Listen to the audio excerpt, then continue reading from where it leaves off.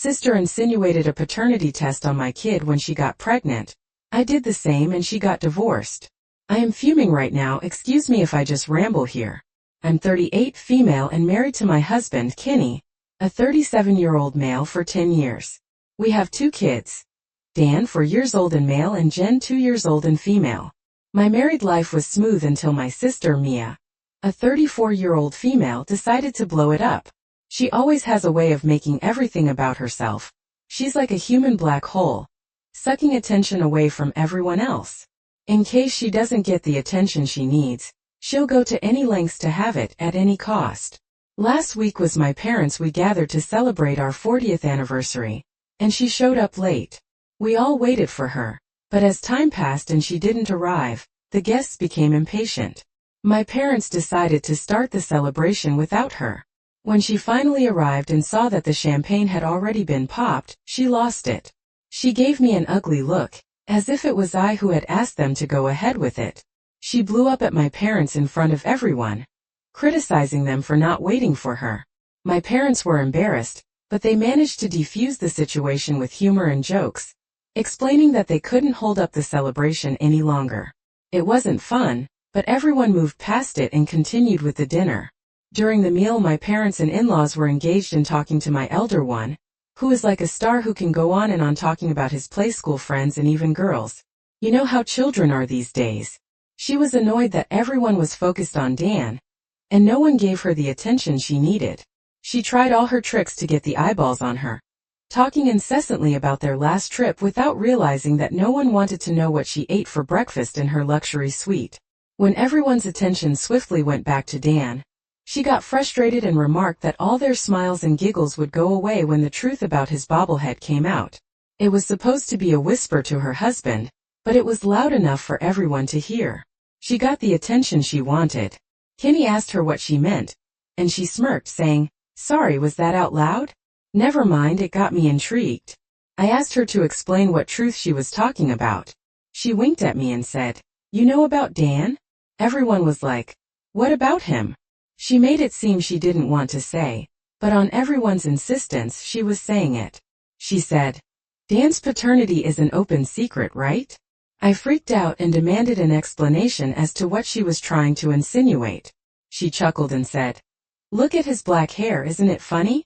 I mean, neither you nor Kenny do, but didn't your ex-boyfriend have black hair?" I flipped out at her. "Do you not know how genetics work? Dad has black hair, and a lot of other family members from Kenny's side also have black hair. It doesn't mean he's not our son."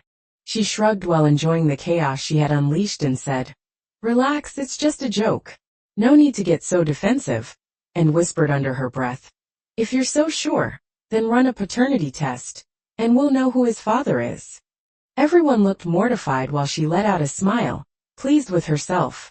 I stood up from the table and said, "I don't need to prove anything to anyone. He's our son and we both know it." My parents and others tried to mediate, but we both were unstoppable. She was insinuating that I was cheating on my husband, and that my son wasn't a fair baby, and I cannot let that slide. I said, "You take it back, or else I'm going to ruin you."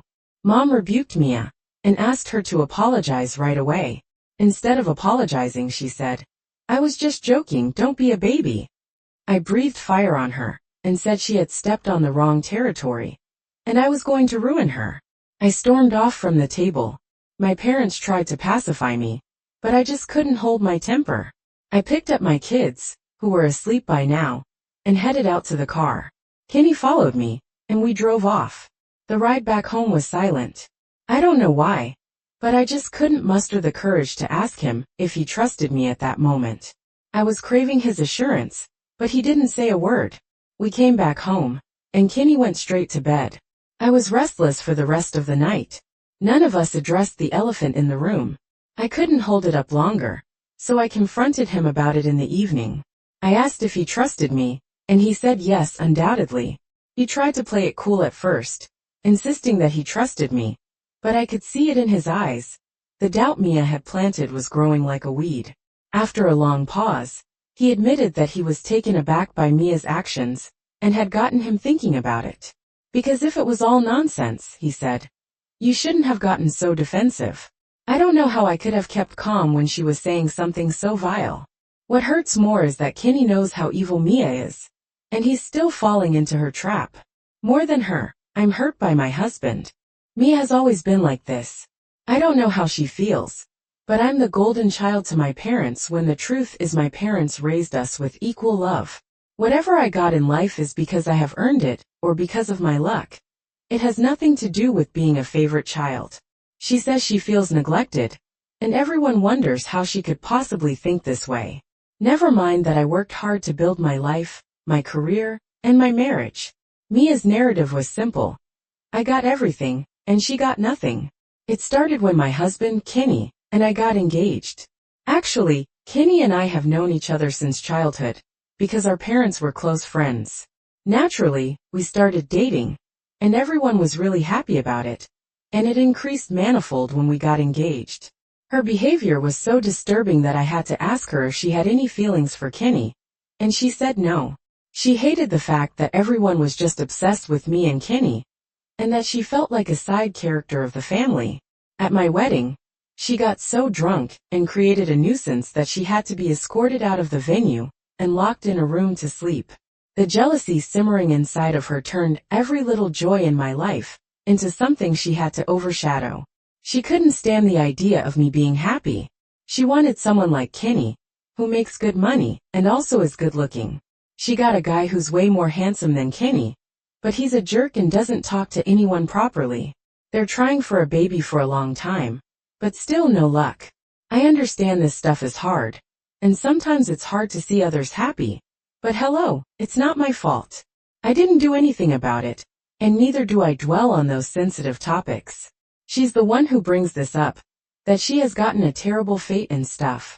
I reminded Kenny about how Mia has always been a troublemaker, and this was all a tasteless stunt to get his attention. He admitted that as an attention seeker. But he also cannot stop remembering the days I used to date my ex. Like I said, Kenny and I knew each other since middle school, and there were so many times he saw me with my ex. But I never dated two men at the same time. I started dating Kenny much later, after I broke up with my ex. We broke up amicably when he took up a job overseas. We remained in touch as friends for some time before going no contact. And much later after that, I started dating Kenny. I never talked or met my ex after I got engaged to Kenny. He said he trusted me, but he can't shake off the feeling that things were so good with my ex, and we were so happy. The more I tried to reassure him, the more paranoid he became. Every little fight we had somehow circled back to that one comment Mia had made. Finally, he dropped the bomb. Why don't we just get a paternity test and get this over with? I was furious and snapped at him. You want me to validate a lie just to ease your insecurities? I can't tell you how mad I got. I blew out at him, and I was not going to do a test and let that witch win. It led to an ugly fight between us. And since then, there's often been a fighting match between us. The worst part is, my children are getting affected. The other day my mother-in-law called me, and Dan picked up the phone. She asked him where we were, and he said, Mom and Dad have locked themselves up in the room and are fighting. It broke my heart to hear this. My mother-in-law then spoke to Kenny, and asked him to be supportive, and not indulge in baseless rumors. But I don't know what got into his head, and he's pestering me for this test.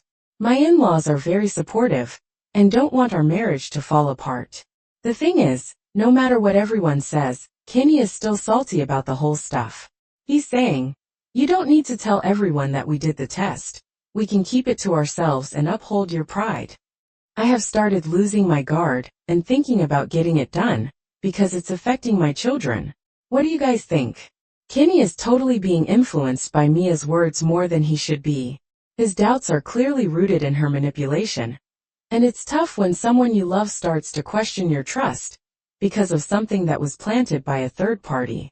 What she said was calculated and meant to tear down your family.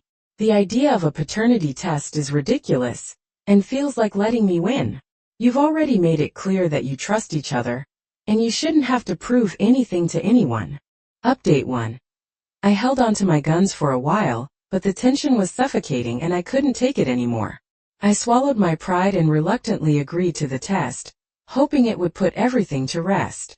The results came back and no surprise, Dan was a 99.9% match to Kenny. He apologized profusely, but the damage was already done. When I told my mom about the test, she said Mia had confessed that she deliberately stirred the air because she was fed up with everyone obsessing over us. She felt we were creating unnecessary fuss about being a happy family. I couldn't let go of the fact that she had almost destroyed my house with her baseless accusation. When I told Mia that I was going to ruin her, I wasn't joking. I started digging into her life. She had 2 Facebook accounts. One she had created in her high school days and the other one recently, when she started dating her husband. I was at both of them. She was active in the new one, and she told everyone that she had abandoned the older one. But I had this gut feeling that she was up to something through that account. I created a bunch of fake Facebook accounts with details that were not remotely close to me or anyone in the family. I also created some fake accounts on Instagram to follow her. She eventually accepted the request of one of my Facebook accounts, and I began to follow her extensively. I joined all the groups she was a part of, and that's where the gold was. She was actively promoting infidelity and sharing tips on how to cheat without getting caught. She would comment stuff like, "Marriage is a trap, and always have a backup plan, ladies." It was so satisfying to uncover the truth. She had been so smug about my life falling apart, but she was living in a glass house and throwing stones at me. Mia was an active member of a group where people were posting their marriage problems, often due to cheating on their partners. I posted a fake problem, claiming that I was cheating on my husband and asking for advice on how to cover it up. She commented with several tips and tricks on how to have a secret life. I reached out to her on DM and went deeper into my hypothetical problems at home, and she used herself as an example to explain how simple it was to fool husbands. I scrolled through the group's history and found that there was this guy who was cheating on his girlfriend, and came for advice a few months ago. Since then, Mia has been actively engaging with him in the group. I took as many screenshots as possible, scared that I might be kicked off if they realized it was a fake account. Once I collected enough evidence, I thought about bursting her bubble. Just during that time, I found out that she's pregnant. What I know is that she has been trying for a baby for a long time, and now when she's finally having one, I'm thinking about whether I should ruin it or not. I showed Kenny all the evidence I collected, and he was aligned with the idea that we should disclose this to her husband. However, after her pregnancy news came out, he's apprehensive and says maybe we shouldn't ruin their marriage for a baby's sake. He thinks we don't have any evidence of her cheating, so it could just be that she was flirting or maybe using that group as an escape from her unhappy life. I'm in 2 minds now. I know for sure that the proof I have is enough to get her husband to have a DNA test on the baby, and even if it is his, this would create tension between them like it happened in our case. She also has a high-risk pregnancy, and this stress would have a negative impact on her and the baby. So, I'm thinking about whether I really need to stoop so low to get my revenge. Update 2. After thinking a lot, I let it pass for a while. I thought maybe it wasn't the right time to attack, and maybe motherhood would humble her. And if not, she would give me enough opportunities to make it even. Like I said, kindness wasn't in her DNA. She called for my action sooner than I expected. As her pregnancy progressed, she started talking trash about being pregnant and about being a mother in that group.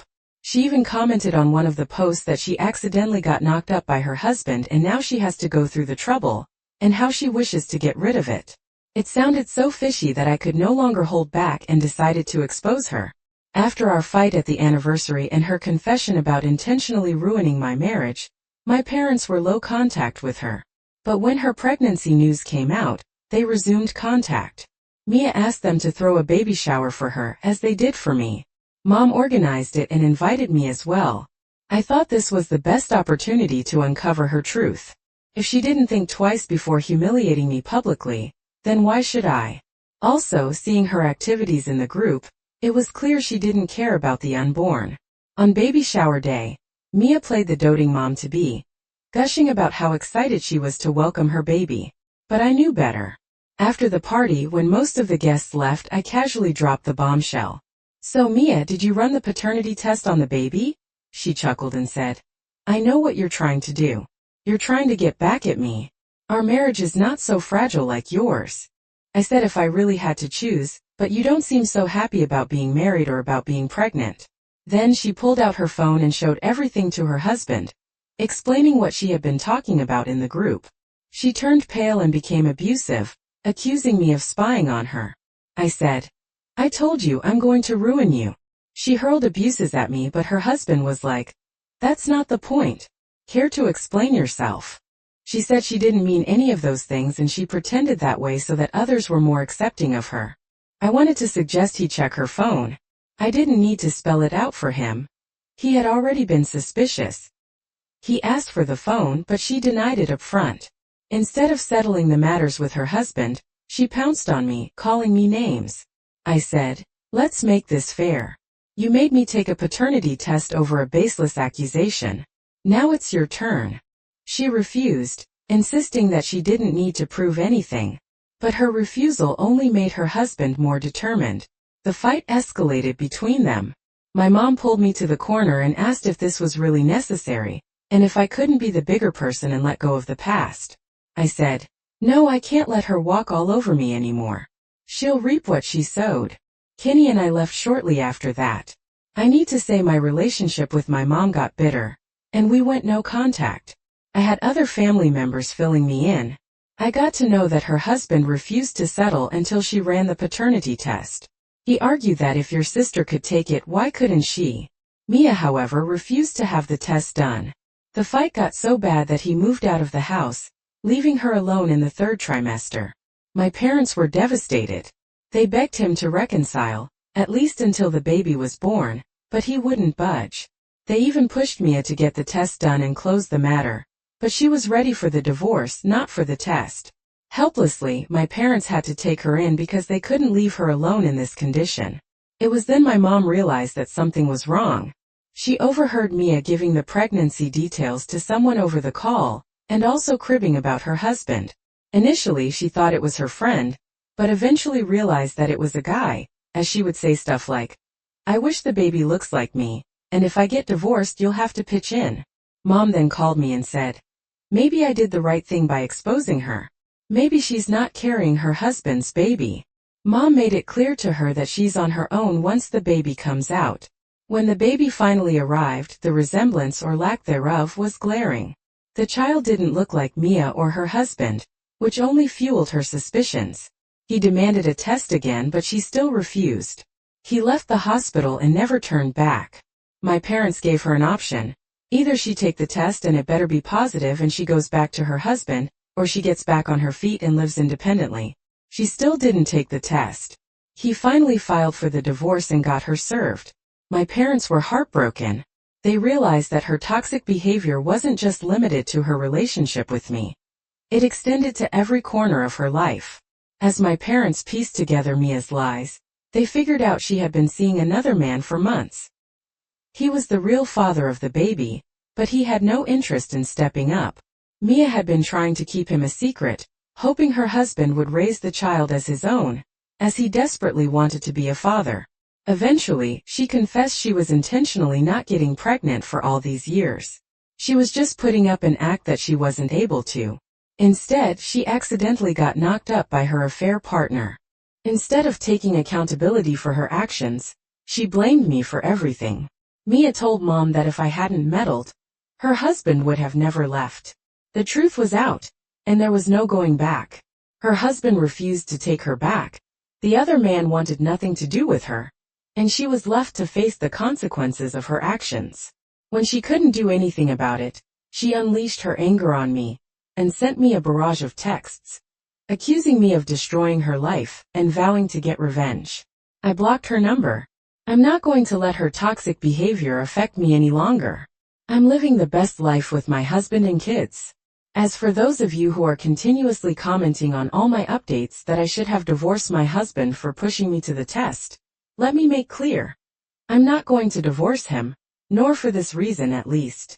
I feel he was right in his place, having seen me happy with my ex, and how amicably we broke up and still remained in touch. Anyone would get insecure.